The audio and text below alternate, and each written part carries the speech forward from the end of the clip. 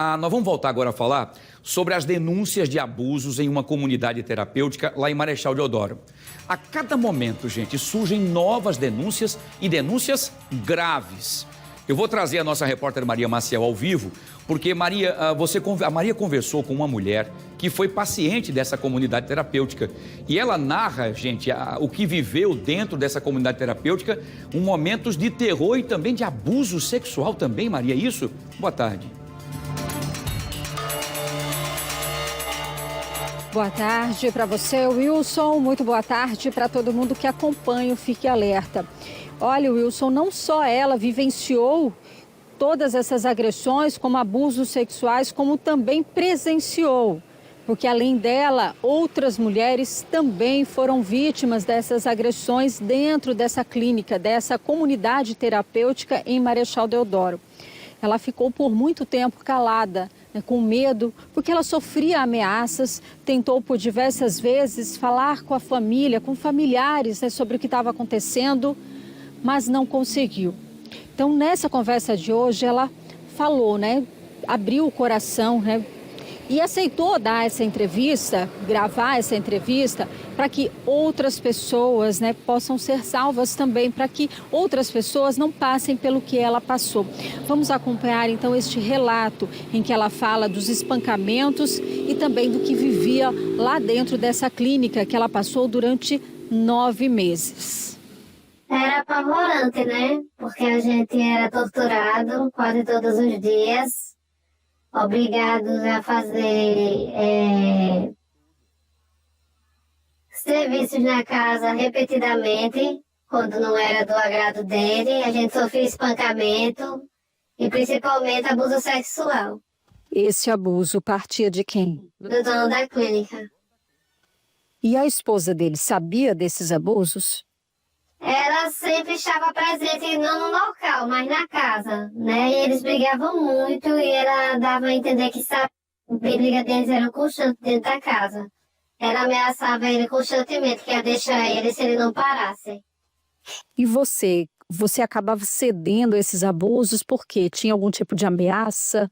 Era as ameaças de espancamento, que a gente apanhava muito, e tinha essa questão da dopação, Que ele dopava a gente 24 horas. A gente ficava totalmente sem força para se defender, porque era muito remédio mesmo que ele dava a gente. Então a gente só vivia dopada dentro da casa. Além de você, outras meninas também foram abusadas? Além de mim, teve uma que eu não me lembro o nome dela, mas que à noite ele procurava eu e ela no quarto para estar beijando a boca da gente, para estar acariciando o corpo da gente, com promessa de que tudo aquilo ia acabar, que a gente tinha que se acalmar, que tudo ia ficar bem. Os espancamentos, eles ocorriam por quê? Porque vocês não queriam tomar o remédio ou por alguma situação? Às vezes por não querer tomar o remédio, porque a gente sentia que a gente ficava muitas vezes até babando.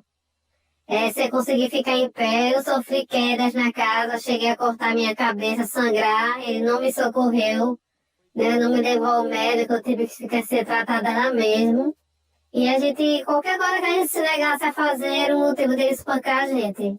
Ele não gostava de ser contrariado. O que tinha lá era um pitbull, que ele comprou um pitbull e colocava lá fora para intimidar a gente não tentar fugir. E vocês tinham atendimento médico, psicológico? A gente, eu mesmo tinha atendimento psicológico, atendimento médico não. E mesmo assim a psicóloga pedia para que eu silenciasse, para que eu não apanhasse mais. A própria profissional dizia que eu não falasse pra ninguém, pra mim não ter que apanhar mais. Você disse a ela tudo o que acontecia? Tudo o que acontecia, ela sabia, ela tinha conhecimento de todas as agressões. E foram meses nesse sofrimento? Foram 9 meses. 9 meses tomando remédio forçado, ele me asfixiava com a mão, a minha boca e meu nariz, ele tampava pra mim inalar o remédio à força. Me arrastava pelos cabelos, pelos corredores da casa e me jogava contra a parede na cama, me deixava trancada no escuro. E tudo aquilo para você era muito difícil? Era difícil porque eu não tinha nem como avisar a minha família. O depoimento dela é muito forte, Wilson, tanto é que ela gravou a entrevista com a gente, mas tudo isso que ela disse foi formalizado numa denúncia na última sexta-feira. Ela falou com a delegada que investiga essa comunidade terapêutica e aí sim ela narrou todo esse fato, né? Tudo o que acontecia dentro daquela clínica. E como é que tudo isso parou? Ela contou que ela conseguiu ainda falar com um tio, né, uma tia que foi visitá-la. Elas eram muito vigiadas ali dentro, não podiam ficar sozinhas com os familiares ou mesmo falar. Só que ela conseguiu. E aí sim foi que a família a tirou de lá. Ela ainda passou um tempo fora dessa comunidade terapêutica, mas teve uma recaída por conta de tudo que ela tinha passado, os traumas, e foi internada numa nova clínica que ela está hoje e está bem, graças a Deus, mas é claro que ficam esses traumas, né? Fica tudo isso que ela passou e ela agora quer alertar também, né, outras pessoas, familiares, para que possam, né, se certificar aí do local onde estão esses pacientes, os dependentes químicos, porque para ela foi uma experiência traumática. É com você aí no estúdio. Olha, são relatos muito fortes e é uma situação terrível. Quer dizer, ela está relatando que talvez outros devem estar vivendo isso ou viveram isso, ou muitos com medo e nunca falaram exatamente por conta do que ela narrou. Todos eram dopados e talvez por isso a outra paciente, a Poliane, que também estava totalmente diferente do que ela era antes, né? Os amigos perceberam que ela estava com um semblante diferente, com marcas, inclusive, de machucados. Quer dizer, a Poliane pode ter sofrido tudo isso que essa moça sofreu também. Então, é preciso uma apuração grande. A dona da clínica já está já foi presa. Resistiu no primeiro momento, mas está presa e agora já foi decretada a prisão preventiva dela.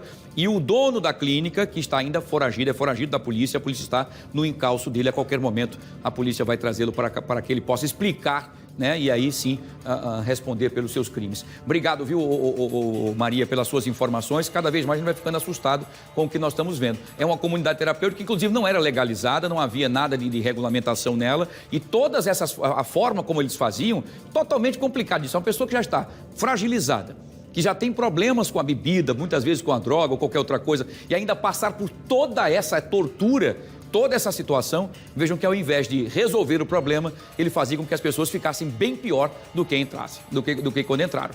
Por isso que é importante que nós vamos continuar acompanhando de perto. São inclusive depoimentos exclusivos aqui no nosso Fenômeno Fica Alerta na sua TV Pajuçara.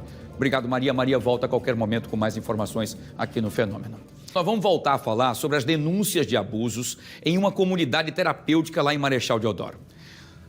O diretor da nova clínica, onde está inclusive a paciente que fez novas denúncias, que mostramos agora há pouco, também conversou com a nossa repórter Maria Maciel, que volta agora ao vivo para contar esses detalhes.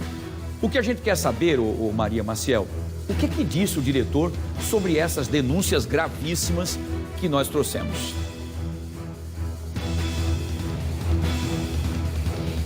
Olha, Wilson, ele disse que essa paciente, que estava internada nessa clínica terapêutica, nessa comunidade terapêutica lá de Marechal Deodoro, quando chegou bastante desconfiada, justamente pelos traumas que ela havia passado enquanto era paciente lá dessa clínica. E ele disse uma outra coisa: quando ele recebeu essa paciente, que hoje está na clínica dele, ele ficou sabendo do que tinha acontecido, das agressões. Ela relatou as agressões, os abusos, e ele fez uma denúncia.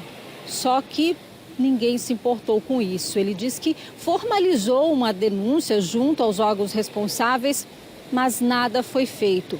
Ele fala, inclusive, que é importante que as pessoas, familiares, saibam exatamente onde estão colocando os seus entes queridos, essas pessoas que sofrem com dependência química, justamente por isso, por clínicas, muitas vezes, que oferecem um serviço, um tratamento, mas, na verdade, nada disso acontece na prática. Vamos ouvir o que ele diz. Quando essa paciente chegou à nossa unidade, né, a pedido da família, ela veio com esse pensamento confuso, né, devido ao uso, abuso de droga. Ela fez alguns relatos que tinha sido espancada, que tinha sido abusada sexualmente. E isso nos preocupou muito, né, diante do quadro que ela veio, né, com relato perguntando se aqui era igual à clínica que ela passou, né, que a gente nem sabe se ali era uma clínica. E graças a Deus hoje ela se encontra muito bem. Como aqui ela tem acesso à TV, ela viu a reportagem, ficou muito sensibilizada e pediu para que a gente abrisse esse espaço para ela relatar a história do que ela viveu dentro dessa suposta clínica, né? Até então, ela não tinha feito nenhum tipo de denúncia, BO, nada contra a clínica, nem os familiares. Não, nem ela, nem os familiares. Segundo a mãe dela, né, ela relatava que quando tinha as visitas, quando ocorriam as visitas dentro dessa clínica, o proprietário ou algum monitor estava sempre monitorando, que ela não conseguia expressar o que estava acontecendo. E em alguns momentos que ela falou, a família, dentro dessa terror, né, desse quadro da dependência química, não acreditava muito no que ela falava, na história que ela contava, porque a família era extremamente manipulada ali dentro daquela situação. Ele se utilizava de uma fragilidade para manipular a família, e a família não tinha acesso. Ao contrário daqui. Hoje a visita aqui é mensal, a paciente tem total liberdade de ficar ao ar livre com a sua família, que esse é o procedimento correto, comum. O paciente ele tem direito de se expressar, ele tem direito de falar. Uma outra coisa que a vítima também relatou, Wilson, é que quando ela deixou essa comunidade terapêutica, né, que contou tudo o que tinha passado lá para os familiares, né? Eles pensaram, até ela mesmo disse que queria ter denunciado, procurado o Ministério Público, mas a família, claro, com medo, uma família simples, né, sem informações, ficou com medo de denunciar. E agora, olha, a gente vê toda essa problemática em relação à morte da Cláudia Poliani, né? Uma morte que talvez pudesse ter sido evitada se essa denúncia tivesse sido feita lá atrás. Assim como também essa outra denúncia de uma adolescente aí de 16 anos que afirmou que sofria maus tratos e também foi abusada dentro dessa mesma clínica. São casos que a Polícia Civil agora investiga, né? E como você bem disse anteriormente, a proprietária já está presa e agora o proprietário, esse que era responsável, segundo a vítima, pelos maus tratos, espancamentos e também abusos, segue foragido. E vai continuar acompanhando de perto esse caso. É com você aí no estúdio.